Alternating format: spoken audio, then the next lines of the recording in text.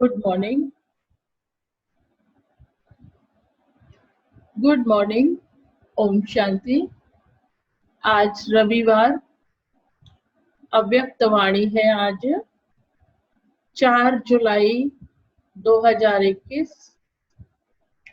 आज की मुरली revise course 30 जनवरी 88 की है। 30th of January 88। आज की मुरली का टाइटल है हिम्मत का दूसरा कदम, सहनशीलता। ब्रह्मा बाप की जीवन कहानी। हिम्मत का दूसरा कदम, सहनशीलता। ब्रह्मा बाप की जीवन कहानी। आज ऑलमाइटी अथॉरिटी बाप अपनी पहली श्रेष्ठ रचना को देख रहे हैं। पहली रचना ब्राह्मणों की रचना है। उसकी पहली रचना में भी पहला नंबर ब्रह्मा को ही कहेंगे। पहली रचना का पहला नंबर होने के कारण ब्रह्मा को आदि देव कहा जाता है। इसी नाम से इस आबू पर्वत पर यादगार भी आदि देव नाम से है। वहां पर शायद कोई मंदिर है, शायद आदि देव नाम से। आदि देव अर्थात आदि रचता भी कहा जाता और साथ साथ आदि देव अर्थात नई सृष्टि के आदि का पहला नंबर देव है। सृष्टि की सबसे पहली रचना ब्रह्मा बाबा, इसीलिए उनको आदि देव कहा जाता है। पहली देवात्मा श्री कृष्ण के रूप में ब्रह्मा ही बनते हैं। इसलिए नई सृष्टि के आदि का आदि देव कहा जाता है। नई सृष्टि की शुरुआत होती है सतयुग, पहला जन्म, तो सबसे पहले श्री कृष्ण ही आते हैं।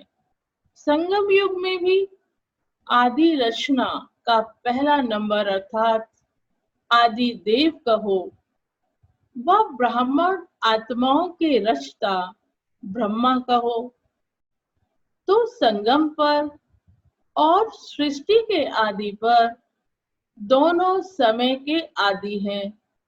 इसलिए आदि देव कहा जाता है। किसको कहा जाता है? ब्रह्मा बाबा को। देखो, संगम पर भी सबसे पहले ब्रह्मा बाबा के तन में ही शिव बाबा ने प्रवेश किया, तो संगम पर भी सबसे पहले शिव बाबा, ब्रह्मा बाबा, और श्री कृष्ण सतयुग में भी सबसे पहले, इसीलिए उनको आदि देव कहा जाता है। ब्रह्मा ही आदि कर्मातीत फरिश्ता बनता है। ब्रह्मा सो फरिश्ता और फरिश्ता सो देवता, सब में नंबर 1। ऐसे नंबर 1 क्यों बने? किस विधि से नंबर 1 सिद्धि को प्राप्त किया? आप सभी ब्राह्मण आत्माओं को ब्रह्मा को ही फॉलो करना है। क्या फॉलो करना है? इसका पहला कदम समर्पण था। यह तो पहले सुनाया है। पहले कदम में भी सब रूप से समर्पण बन के दिखाया। बाबा समर्पण बनने में भी सबसे पहले नंबर 1 बने। उसके भी मार्क्स होते हैं ना। पहले कदम में भी सब रूप से समर्पण बन के दिखाया। और दूसरा बाबा का कदम कौन सा है? दूसरा कदम सहनशीलता। जब समर्पण हुए तो बाप से सर्वश्रेष्ठ वर्षा तो मिला, लेकिन दुनिया वालों से क्या मिला? सबसे ज्यादा गालियों की वर्षा किस पर हुई? चाहे आप आत्माओं को भी गालियां मिली या अत्याचार हुए, लेकिन ज्यादा क्रोध व गुस्सा ब्रह्मा को ही मिलता रहा। लौकिक जीवन में जो कभी एक अप शब्द नहीं सुना, लेकिन ब्रह्मा बना तो अप शब्द सुनने में भी नंबर 1 रहा। सबसे ज्यादा गालियां ब्रह्मा बाबा को मिली, तो सबसे ज्यादा सहन किसने किया? ब्रह्मा बाबा ने। तो इसमें भी ब्रह्मा बाबा के नंबर सबसे ज्यादा रहे। सबसे ज्यादा सर्व के स्नेही जीवन व्यतीत की, लेकिन इतनी गालियां मिलने के बाद भी बाबा ने सर्व के स्नेही बने, सहन किया ना बाबा ने। सबसे ज्यादा सर्व के स्नेही जीवन व्यतीत की, जितना ही लौकिक जीवन में सर्व के स्नेही रहे, उतना ही अलौकिक जीवन में सर्व के दुश्मन रूप बने। बच्चों के ऊपर अत्याचार हुआ तो स्वतः ही इनडायरेक्ट बाप के ऊपर अत्याचार हुए, लेकिन सहनशीलता के गुण से व सहनशीलता की धारणा से मुस्कुराते रहे, कभी मुरझाए नहीं। तो इसके भी तो नंबर है ना, इसमें भी बाबा नंबर 1 गए।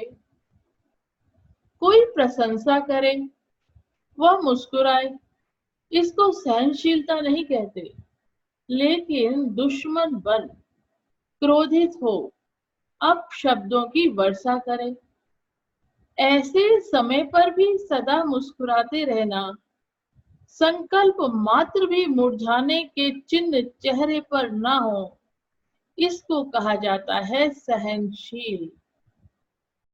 दुश्मन आत्मा को भी रहमदिल भावना से देखना, बोलना, संपर्क में आना, इसको कहते हैं सहनशीलता। है ना सहनशीलता। हम तो मूड ही जाए, कोई हमें गाली दे देता है तो मूड थोड़ी देर के लिए तो खराब हो ही जाता है ना, लेकिन बाबा नंबर 1 थे। रिंचक मात्र भी चेहरे पर शिकन नहीं आई। स्थापना के कार्य में, सेवा के कार्य में कभी छोटे कभी बड़े तूफान आए। जैसे यादगार शास्त्रों में महावीर अनुमान के हनुमान के लिए दिखाते हैं कि कितना बड़ा पहाड़ भी हथेली पर एक गेंद के समान ले आया। ऐसी कितनी भी बड़ी पहाड़ समान समस्या हो, तूफान हो, विघ्न हो, लेकिन पहाड़ अर्थात बड़ी बात को छोटा सा खिलौना बनाए खेल की रीति से सदा पार किया। वह बड़ी भारी बात को सदा हल्का बनाए, स्वयं भी हल्के रहे और दूसरों को भी हल्का बनाया। इसको कहते हैं सहनशीलता। छोटे से पत्थर को पहाड़ नहीं, लेकिन पहाड़ को गेंद बनाया। गेंद तो लुढ़क जाती है ना इधर उधर, तो बाबा ने पहाड़ को गेंद के समान बना दिया कि वो भी मेरे पास नहीं है, वो लुढ़क गई उधर, मेरे पास कोई विघ्न आ ही नहीं सकता, टच ही नहीं कर सकता, भले दुनिया कुछ भी कर ले, है ना। तो ये कितनी बड़ी विशेषता थी। विस्तार को सार में लाया, और यह है सहनशीलता। विघ्नों को, समस्या को अपने मन में व दूसरों के आगे विस्तार करना अर्थात पहाड़ बनाना है। लेकिन विस्तार में जाए, नथिंग न्यू के फुल स्टॉप से बिंदी लगाए, बिंदी बन आगे बढ़े, इसको कहते हैं विस्तार को सार में लाना। हर चीज, कोई भी बड़ी से बड़ी समस्या आ गई, बाबा ने उसे नथिंग न्यू के पार्ट से फुल स्टॉप लगाते रहे और आगे बढ़ते रहे। अब ये सब चीजें हमें करनी है ना, तो अपने ऊपर इम्प्लीमेंट करना है इन सब चीजों को। तो हर को बाबा ने कहा इसको कहते हैं विस्तार को सार में लाना। सहनशील श्रेष्ठ आत्मा सदा ज्ञान योग के सार में स्थित हो, ऐसे विस्तार को, समस्या को, विघ्नों को भी सार में ले आती है। जैसे ब्रह्मा बाप ने किया। जैसे लंबा रास्ता पार करने में समय, शक्तियां समाप्त हो जाती हैं, अर्थात ज्यादा यूज होती, ऐसे विस्तार पर लंबा रास्ता पार करना और सार है शॉर्टकट रास्ता पार करना। एक तो हम अपनी मंजिल पर लंबे रास्ते से जाते हैं, और एक होता है ना शॉर्ट रास्ता, और एक होता है शॉर्ट रास्ते से जाते हैं तो जल्दी पहुंच जाते हैं। तो बाबा कह रहे हैं ऐसे विस्तार है लंबा रास्ता पार करना, और सार मतलब शॉर्टकट रास्ता पार करना। पार दोनों ही करते हैं, लेकिन शॉर्टकट करने वाले समय और शक्तियों की बचत होने के कारण निराश नहीं होते, दिल शिकस्त नहीं होते, सदा मौज में मुस्कुराते पार करते हैं। इसको कहा जाता है सहनशीलता। सहनशीलता की डेफिनेशन क्या होती है? ये नहीं मैं सहन कर रही हूँ, बहुत सहन कर रही हूँ, ओ बाबा बहुत सहन कर रही हूँ, ये नहीं होता। लंबे रास्ते पे नहीं जाओ, शॉर्टकट रास्ते से चले जाओ। मतलब अपना समय भी बचाओ, अपने संकल्प भी बचाओ, अपनी शक्तियों को भी बचाओ। सामने से कुछ भी हो रहा है उसका प्रभाव मेरे ऊपर नहीं पड़ना चाहिए। उसकी स्मृति क्या? Nothing new. बिंदु लगाते जाओ जो ब्रह्मा बाबा ने किया। तो अपनी समय, एनर्जी सब, ये नहीं कि वो इतना सहन किया मैं थक गई हूँ, मैं तो थक चुकी हूँ, ये सहनशीलता नहीं होती है। सहनशीलता माने मुस्कुराने वाली स्टेज सदा रहे, मतलब ज्ञान की समझ से सहन करना, इसको कहते हैं सहनशीलता। हमें ज्ञान मिल गया, नथिंग न्यू। हमें मिल गया कि हाँ हमारी इस चीज से हमारा कोई अपनी एनर्जी, अपना समय ही वेस्ट होगा, तो फिर उस तरह से हम दिल शिकस्त और नाराज क्यों हो? सामने वाले में अगर कोई कमी कमजोरी है, उसके वश कोई हमें गुस्सा कर रहा है, तो मैं क्यों दिल शिकस्त हो जाऊं? है ना? इसको कहते हैं सहनशीलता। मतलब परिस्थितियां आ रही हैं, लेकिन हमारे ऊपर हमें हमारा हमारे ऊपर उसका कोई प्रभाव नहीं पड़ रहा है। हम एज इट इज मुस्कुरा रहे हैं। मुस्कुराना मतलब अंदर से खुश है, दिल शिकस्त नहीं है। सहनशीलता की शक्ति वाला कभी घबराएगा नहीं कि क्या ऐसे भी होता है क्या। सदा संपन्न होने कारण ज्ञान की याद की गहराई में जाएगा। घबराने वाला कभी गहराई में नहीं जा सकता। सार वाला सदा भरपूर होता है। इसलिए भरपूर संपन्न चीज की गहराई होती है। विस्तार वाला खाली होता है। दूसरों को सुनाते रहो हर बात, ऐसे हो गया, ऐसे हो गया, वैसे हो गया, वो कभी गहराई में नहीं जा पाएगा। और जो अपने अंदर समा लेगा वो उसकी गहराई में चला जाएगा, और वो सदा प्रसन्न रहेगा। तो विस्तार वाला यह क्यों, यह क्या, ऐसे नहीं वैसे होना चाहिए, ऐसे संकल्पों में भी उलझता रहेगा, और वाणी में भी सबके आगे उछलता रहेगा। और जो हद से ज्यादा उछलता है तो क्या होगा? हाँफता रहेगा। स्वयं भी उछलता, स्वयं ही हाँफता, और स्वयं ही फिर थक जाता है। लेकिन सहनशील जो होगा, सहनशील इन सब बातों से बच जाता है। इसलिए सदा मौज में रहता, उछलता नहीं, उड़ता है। ऐसे ब्रह्मा बाबा उड़ते रहते थे, वो अपनी मौलाई मस्ती में रहते थे। कुछ भी हो रहा है बाबा को कोई फर्क नहीं पड़ता था, और ही रहम आता था उन आत्माओं पर बाबा को ना। दूसरा कदम सहनशीलता। यह ब्रह्मा बाप ने चल करके दिखाया। सदा अचल, अटल, अचल सहज रूप में मौज से रहे, मेहनत से नहीं। इसका अनुभव 14 वर्ष तपस्या करने वाले बच्चों ने किया। 14 वर्ष महसूस हुए या कुछ घड़ियां लगी, मौज से रहे या मेहनत लगी। वैसे स्थूल मेहनत का पेपर भी खूब लिया, कहाँ नाच से पलने वाले और कहाँ गोबर के गोले भी बनाए, मैकेनिक भी बनाया, चप्पल भी सिलवाई, मोची भी बनाया ना, माली भी बनाया। लेकिन मेहनत लगी या मौज लगी, ब्रह्मा बाबा ने ये सब काम बच्चों से कराए। क्यों कराए? देह बाहर निकल जाए, है ना, अहंकार ना आए। तो सब काम भी किए, लेकिन मौज में किए। तो हम कहते हैं मेहनत का अनुभव किया या मौज में किए।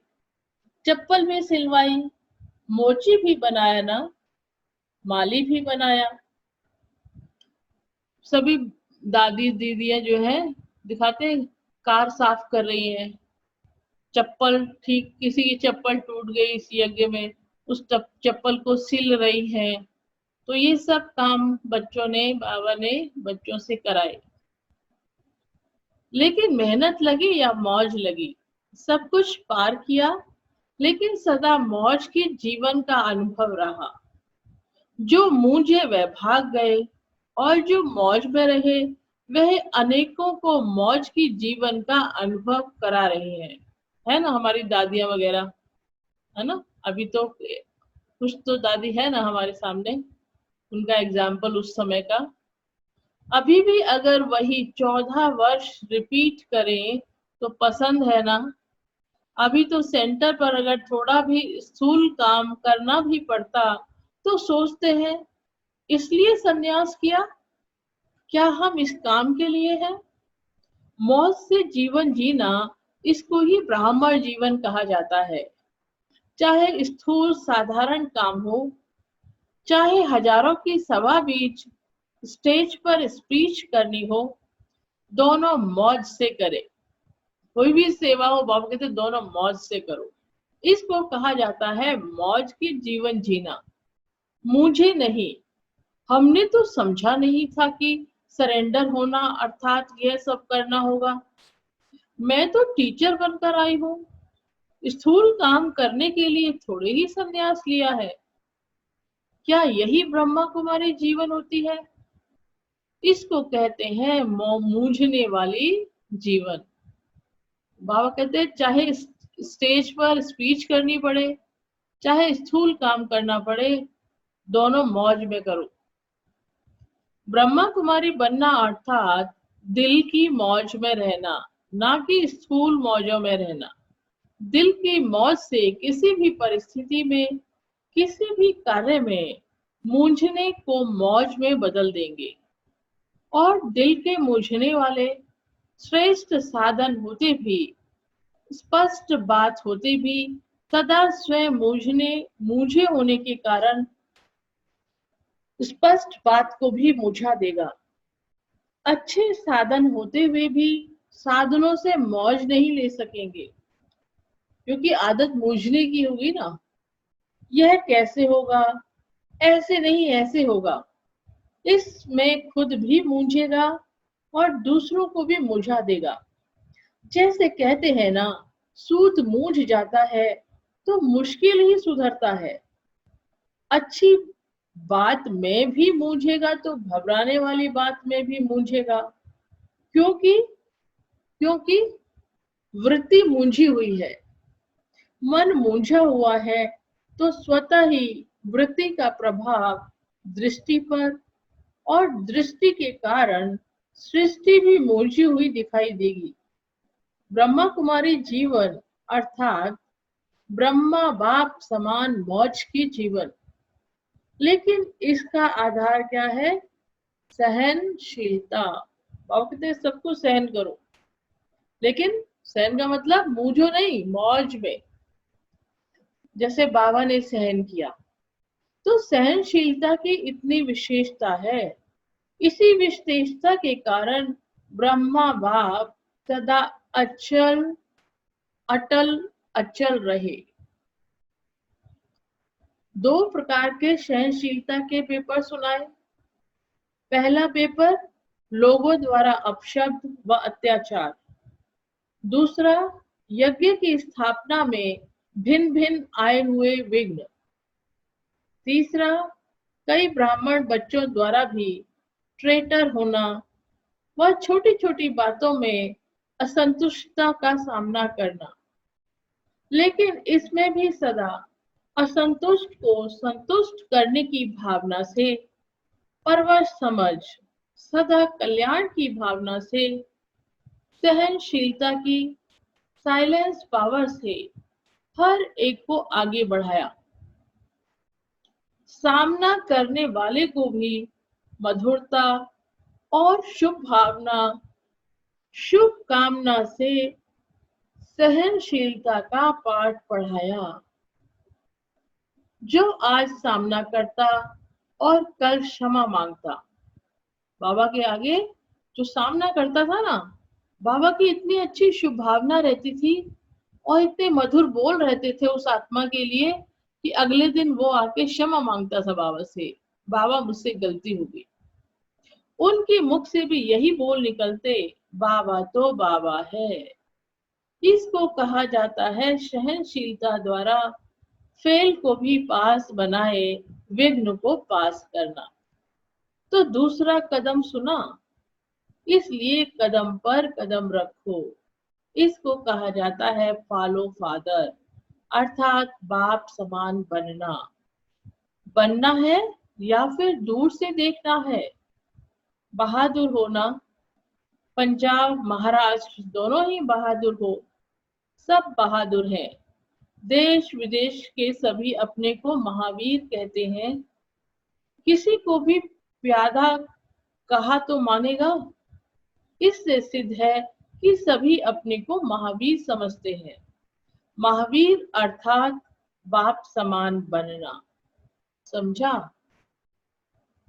अच्छा, देश विदेश के सर्व बाप समान, सदा बुद्धि से समर्पित आत्माओं को सदा हर परिस्थिति में हर व्यक्ति से सहनशील बनकर हर बड़ी बात को छोटा कर सहज पार करने वाले, सदा विस्तार को सार रूप में लाने वाले, सदा ब्राह्मण जीवन मौज की जीवन जीने वाले, ऐसे बाप समान बनने वाले महावीर श्रेष्ठ आत्माओं को बाप दादा का समान भव की स्नेह संपन्न यादगार और नमस्ते। बाबा कौन सा वरदान दे रहे हैं? समान भव, बाप समान भव। तो अभी हम पहले वरदान और स्लोगन करते हैं, क्योंकि मुरली थोड़ी लंबी होती है ना। तो आज का हम रूहानी बच्चों की रूहानी बाप दादा को गुड मॉर्निंग और नमस्ते। आज का वरदान है, यह पहले कर ले, चले करते हैं। पार्टियों से मुलाकात है, कुमारों से बात कर रहे हैं। कुमारों की विशेषता क्या है? कुमार जीवन श्रेष्ठ जीवन है, क्योंकि पवित्र जीवन है, और जहाँ पवित्रता है वहाँ महानता है। कुमार अर्थात शक्तिशाली, जो संकल्प करें वह कर सकते हैं। कुमार अर्थात सदा बंधन मुक्त बनने और बनाने वाले। ऐसी विशेषताएं हैं ना, जो संकल्प करो वही कर्म में ला सकते हो। स्वयं भी पवित्र रहे, औरों को भी पवित्र रहने का महत्व बता सकते हो। ऐसी सेवा के निमित्त बन सकते हो जो दुनिया वाले असंभव समझते हैं। वह ब्रह्मा कुमार चैलेंज करते हैं, तो ऐसा तो हमारे जैसा पावन कोई हो नहीं सकता। क्यों? क्योंकि बनाने वाला सर्वशक्तिवान है। दुनिया वाले कितना भी प्रयत्न करते हैं, लेकिन आप जैसे पावन नहीं बन सकते। आप सहज ही पावन बन गए। सहज लगता है ना? या दुनिया वाले जैसे कहते यह अननेचुरल है, ऐसे लगता है। कुमारों की परिभाषा ही है चैलेंज करने वाले, परिवर्तन कर दिखाने वाले, असंभव को संभव करने वाले। दुनिया वाले अपने साथियों को संग के दोष में ले जाते हैं और आप बाप के संग में ले आते हो। उन्हें अपना उन्हें अपना संग नहीं लगाते, बाप के संग का रंग लगाते हो, बाप समान बनाते हो। ऐसे हो ना। अच्छा, दूसरा पॉइंट है कुमारों के लिए। कुमार अर्थात सदा अचल अडोल, कैसी भी परिस्थिति आ जाए लेकिन डगमग होने वाले नहीं, क्योंकि आपका साथी स्वयं बाप है। जहां बाप है वहां सदा ही अचल अडोल होंगे। जहां सर्वशक्तिमान होगा वहां सर्व शक्तियां होंगी। सर्व शक्तियों के आगे माया कुछ नहीं कर सकती। इसलिए कुमार जीवन अर्थात सदा एक रस स्थिति वाले, हलचल में आने वाले नहीं। तो जो हलचल में आता है वह अविनाशी राजभाग्य भी नहीं पा सकता। थोड़ा सा सुख मिलेगा तो सदा का नहीं। इसलिए कुमार जीवन अर्थात सदा अचल एक रस स्थिति में स्थित रहने वाले। तो एक रस स्थिति रहती है या दूसरों में बुद्धि जाती है। सब रस एक बाप द्वारा अनुभव करने वाले, इसको कहते हैं एक रस अर्थात अचल अडोल। ऐसा एक रस स्थिति वाला बच्चा ही बाप को प्यारा लगता है। तो यही सदा याद करना कि हम अचल अडोल आत्माएं हैं, एक रस स्थिति में रहने वाली हैं। अब बाबा माताओं से बात कर रहे हैं। पहला पॉइंट, माताओं के लिए बाप दादा ने सहज मार्ग कौन सा बताया है, जिससे सहज ही बाप की याद का अनुभव कर सको, मेहनत न करनी पड़े।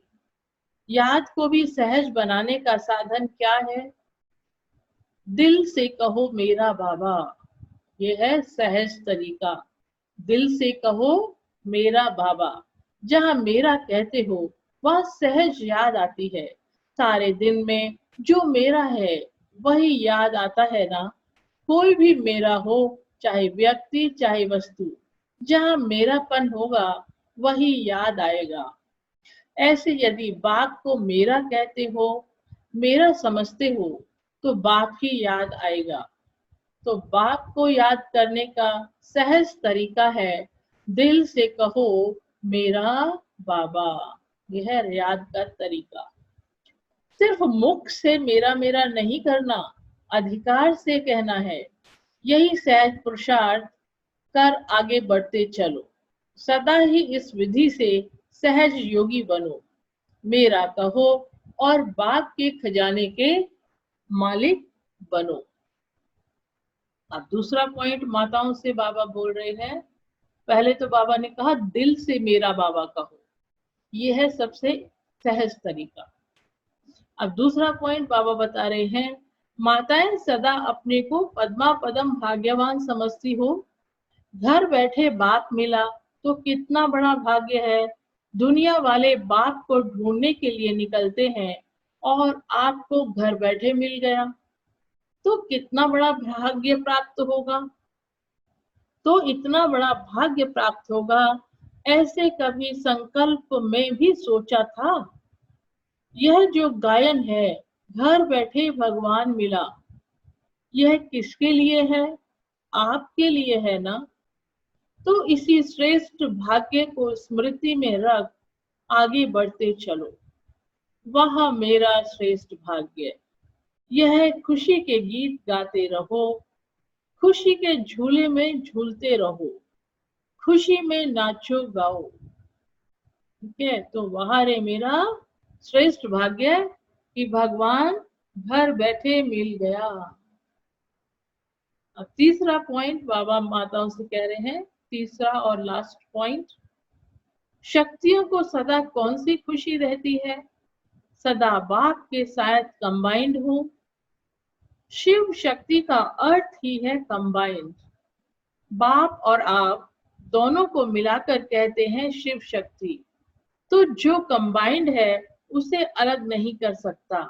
ऐसी खुशी रहती है। निर्बल आत्मा को बाप ने शक्ति बना दिया।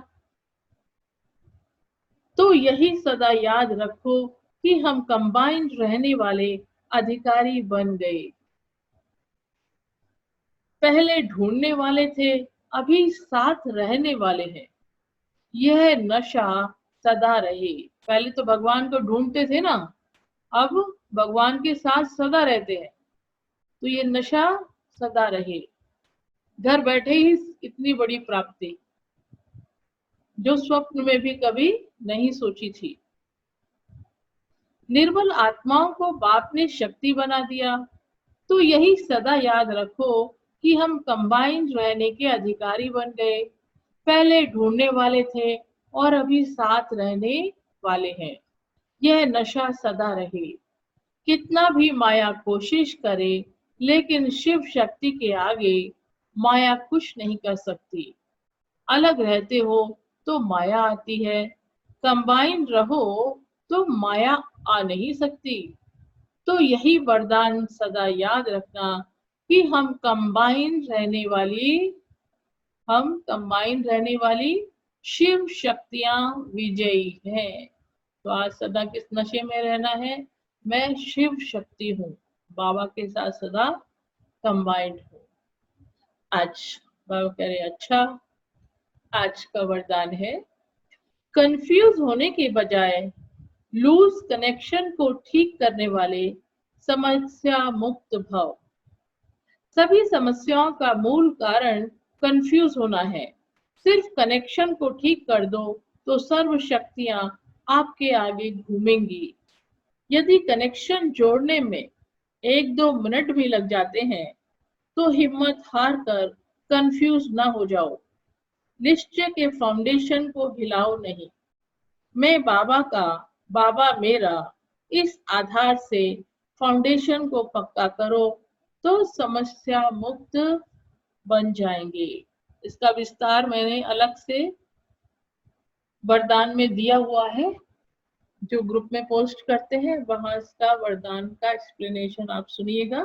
10 मिनट का है। स्लोगन है, बीज रूप अवस्था में स्थित रहना, यही पुराने संस्कारों को परिवर्तन करने की विधि है। बीज रूप अवस्था मतलब आत्मा रूप में अपने आप को स्थित रखना। इसी से पुराने संस्कार हमारे परिवर्तन हो जाएंगे। ओम शांति।